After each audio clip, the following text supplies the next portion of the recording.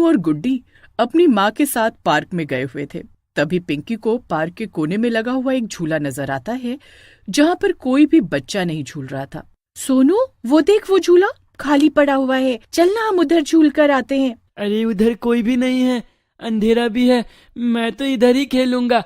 सोनू के मना करने के बाद भी पिंकी उस झूले के पास जाने लगती है। जैसे ही पिंकी झूले के पास पहुंचती है, झूला खुद ब खुद हिलने लगता है। अरे, यहाँ तो कोई भी नजर नहीं आ रहा, फिर ये झूला कैसे हिल रहा है? पिंकी अभी सोच ही रही थी कि तभी वो झूला हिलना बंद हो जाता है और पिंकी जाकर उस झूले पर बैठ जाती है। पिंकी के बैठते ही झूला एक बार फिर हिलने लगता है। कुछ साल पहले जब यहाँ पर ये पार्क नहीं था, तो उस झूले की जगह पर एक बड़ा सा पीपल का पेड़ होता था। उस पेड़ पर एक रंगीली नाम की चुड़ैल 100 सालों से रहा करती थी। इस जमीन पर एक चिल्ड्रन पार्क बनेगा और उसी पार्क में ये बड़ा सा पीपल का पेड़ भी रहेगा। जल्दी से इस पार्क के प्रोजेक्ट पर काम शुरू करो। लेकिन सर, बच्चों के पार्क में ये बूढ़ा झुका हुआ पेड़ रखना सेफ नहीं होगा। अगर कल को ये पेड़ गिर गया तो बहुत बड़ा हादसा भी हो सकता है। इसीलिए मेरी मानिए तो ये पेड़ गिरवा दीजिए। बात तो तुम्हारी बिल्कुल ठीक है। बच्चों के पार्क में इतना बड़ा रिस्क नहीं ले सकते। तुम इस पेड़ को कटवाकर उसकी जगह एक अच्छा सा झूला लगवा दो, ये जगह भी यूटिलाइज हो जाएगी। जब पेड़ पर रहने वाली चुड़ैल ने ये बात सुनी तो उसे बहुत गुस्सा आया। मेरा पेड़ काटोगे तुम लोग? ये पेड़ मेरा घर है और मैं अपना घर किसी को गिराने नहीं दूंगी। जो इस पेड़ को काटने आएगा उसे मैं छोड़ूंगी नहीं।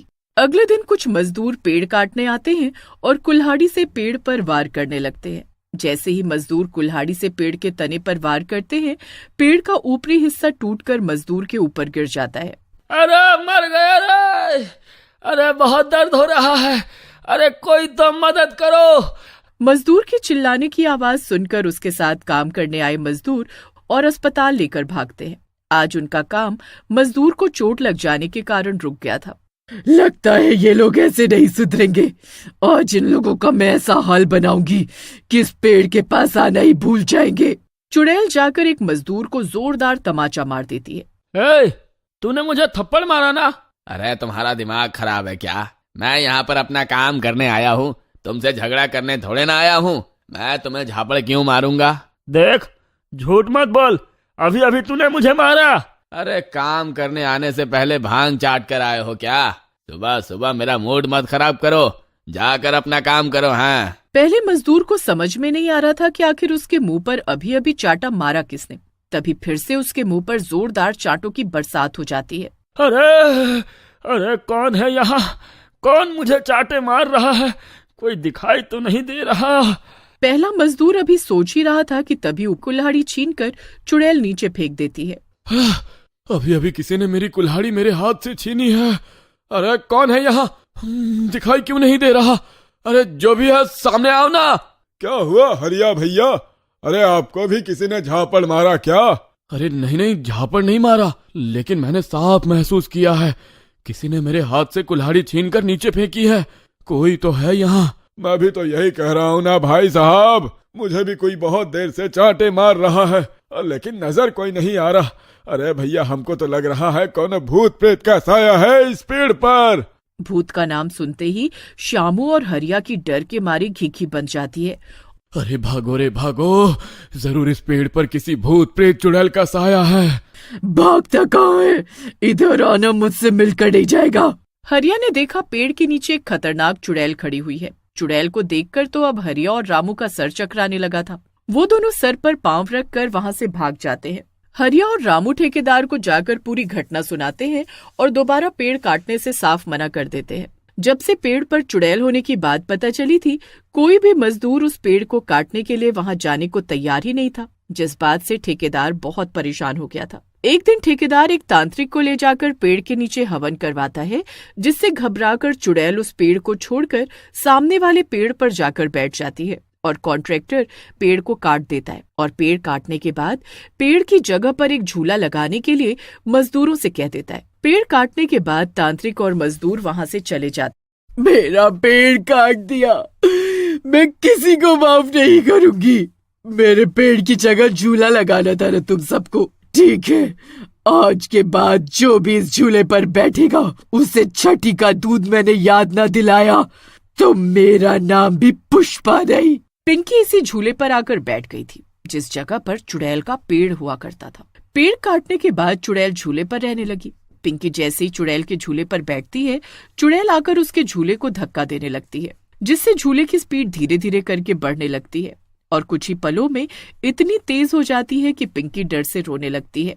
बचाओ, कोई है, कोई मुझे यहाँ से नीचे उतारो।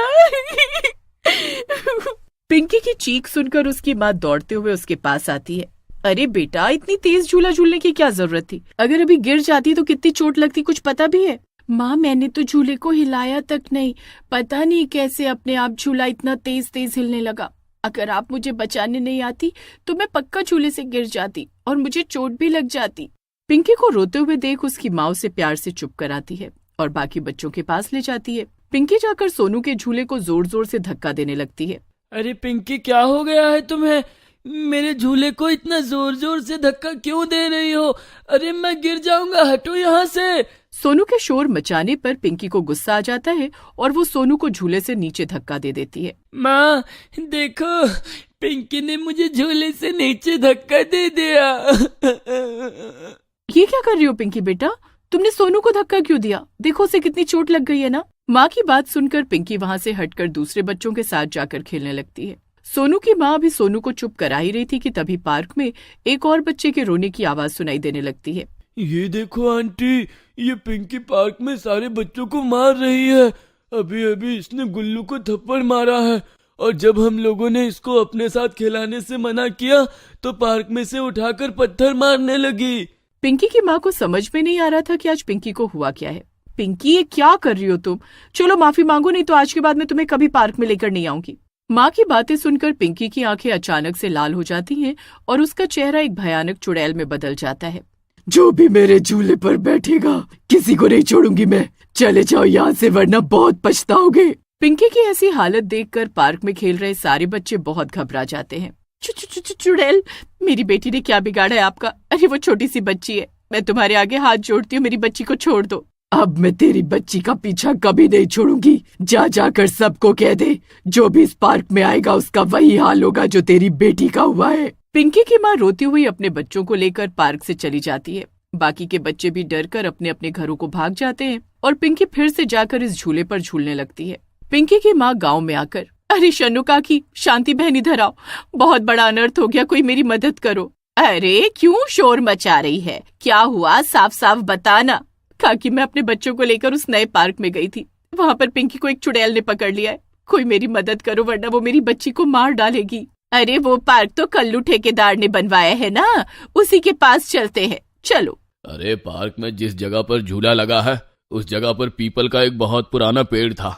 उस पेड़ के ऊपर कोई चुड़ैल रहती है, ये बात तो मुझे पहले भी पता लगी थी। मेरे मजदूरों ने बताया था कि उन्होंने भी उस पेड़ पर किसी चुड़ैल को देखा है, लेकिन मैंने तो वहां पर तांत्रिक को बुलाकर उस चुड़ैल को भगा दिया था। मुझे तो यही लगा था कि वो चुड़ैल अब वहां से चली गई। उस तांत्रिक को फिर से बुलाओ, अब वही मेरी बच्ची को उस चुड़ैल से आजाद करेगा। तांत्रिक पार्क में जाकर एक बार फिर से हवन करता है तो चुड़ैल पिंकी के शरीर से निकलकर उसके सामने आकर खड़ी हो जाती है। चला जा तांत्रिक, वरना इस लड़की के साथ साथ तू भी मरेगा। बच्ची को छोड़ दे, बच्ची ने तेरा कुछ नहीं बिगाड़ा। तू मुझे बता कि आखिर तुझे क्या चाहिए? जो तू कहेगी हम तेरी इच्छा पूरी करेंगे। मुझे तुम्हारी कोई बात नहीं सुननी है। वो पेड़ 100 सालों से मेरा घर था और तुम लोगों ने मेरा घर छीन लिया।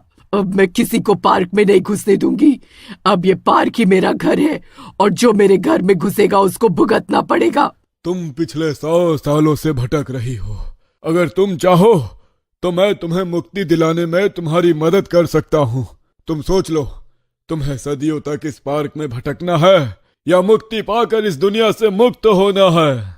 चुड़ैल को तांत्रिक की बात समझ में आ गई थी। तांत्रिक की मदद से गांव वाले उस पार्क में एक शांति पाठ करवाते हैं जिसकी मदद से चुड़ैल को मुक्ति मिल जाती है और वो पार्क हमेशा हमेशा के लिए चुड़ैल के प्रकोप से मुक्त हो जाता है।